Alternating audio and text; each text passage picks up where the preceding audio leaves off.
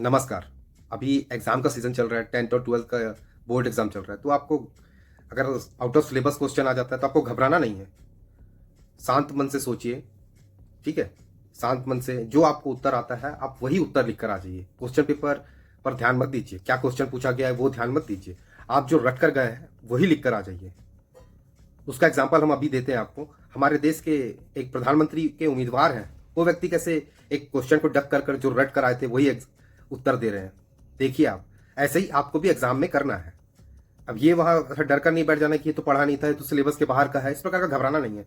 जो आप पढ़ कर गए हैं, जो आप रट कर गए हैं, उसको बखूबी आंसर पेपर में लिख देना है, ठीक है? आप एग्जाम्पल देखिए।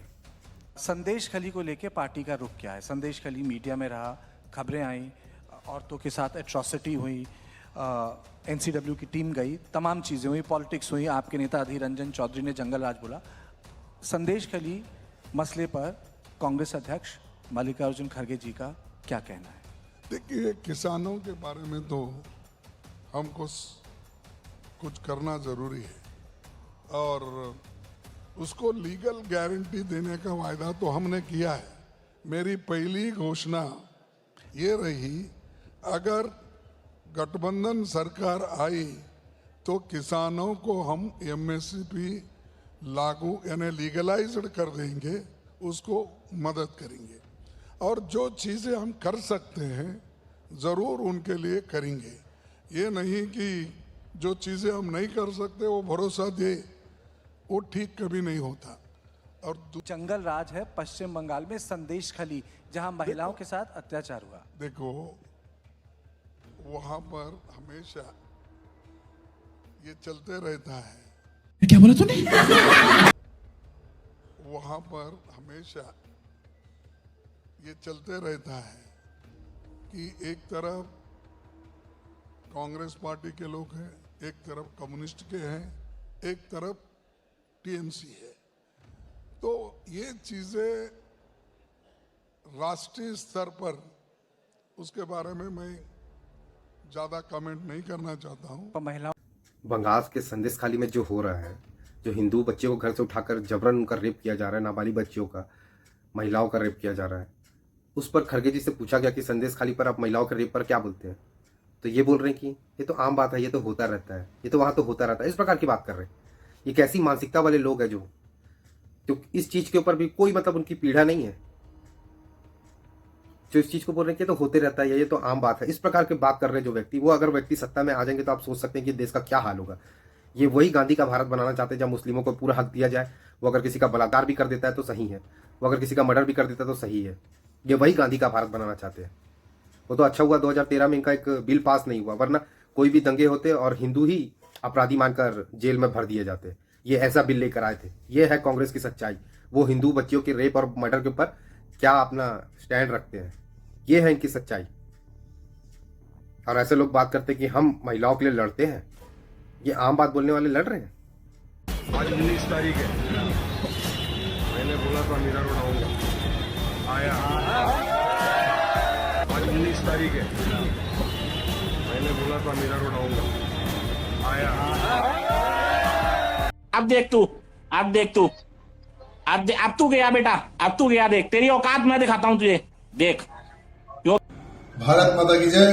जय श्री राम, जय शिवराय। 25 फरवरी के दिन आपका ये राजा सिंह मीरा रोड आ रहा है। आपको भी मीरा रोड पर आना है। धर्म सभा एवं विशाल रैली को सफल बनाना है। भाई ने बोला करने का तो करने का। हाथ आगे रखिए। मैं जब तक जीवित रहूंगा मेरे देश की रक्षा करते रहूंगा। मैं जब तक जीवित रहूंगा मेरे धर्म की रक्षा करते रहूंगा। मेरे महाराष्ट्र राज्य में वो जिहाद हो,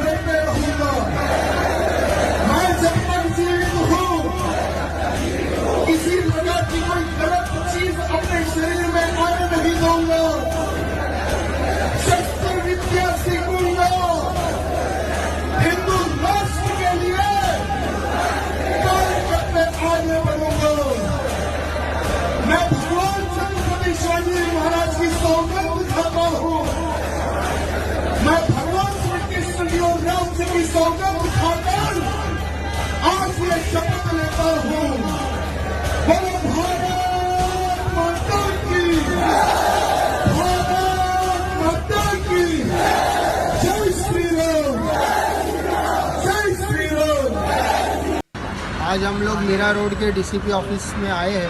हमारे नेशनल स्पोक पर्सन वारिस पठान साहब के इंस्ट्रक्शन पे, उनकी हिदायत पे, हमारी महिला प्रेसिडेंट जनाब रिजवाना ईसा खान साहिबा के साथ में उनके लेटरेट पे हमने कंप्लेंट दिए है।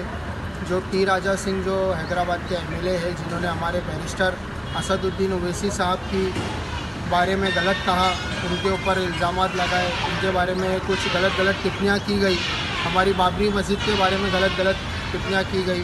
क्या बोला तूने? हमारी बाबरी मस्जिद के बारे में गलत टिप्पणियाँ की गई।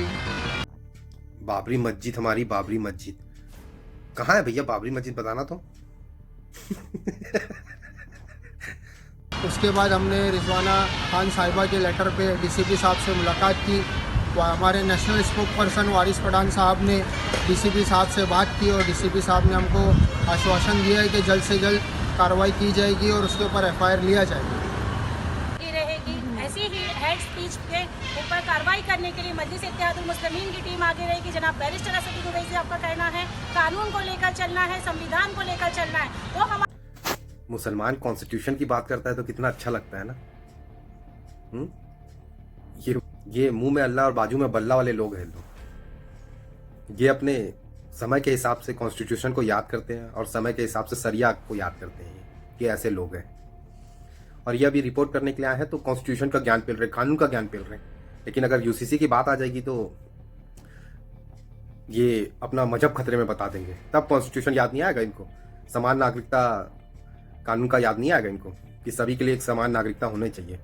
तब इनके आंख से आंसू आने लग जाएंगे कि मुसलमान को दबाया जा रहा है, मुसलमान को कोई अधिकार नहीं दिया जा रहा। लेकिन यहाँ कॉन्स्टिट्यूशन की बात करते कितने प्यारे लगते हैं ना।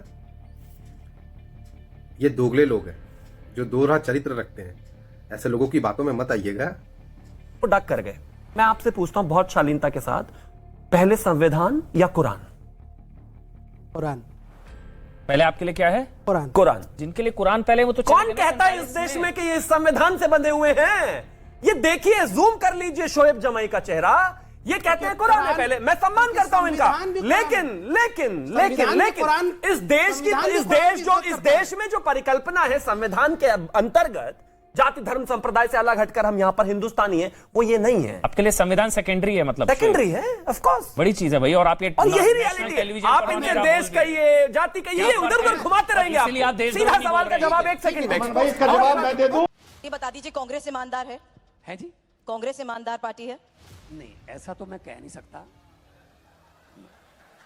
दिखाएंगे भी नहीं।